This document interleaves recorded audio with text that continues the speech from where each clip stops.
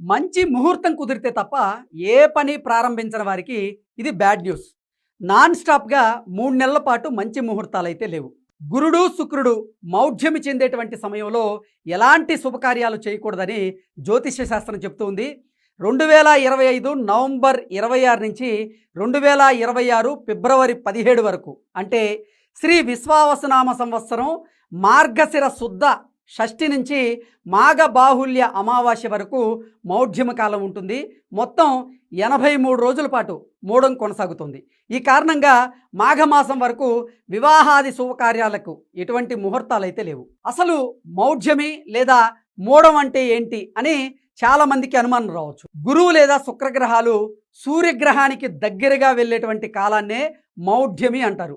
వాడుక భాషలో దీన్నే మూఢం అంటారు. మూఢమి అంటే చీకటి అని అర్థం. నవగ్రహాల్లోనే గురుడు శుక్రుడు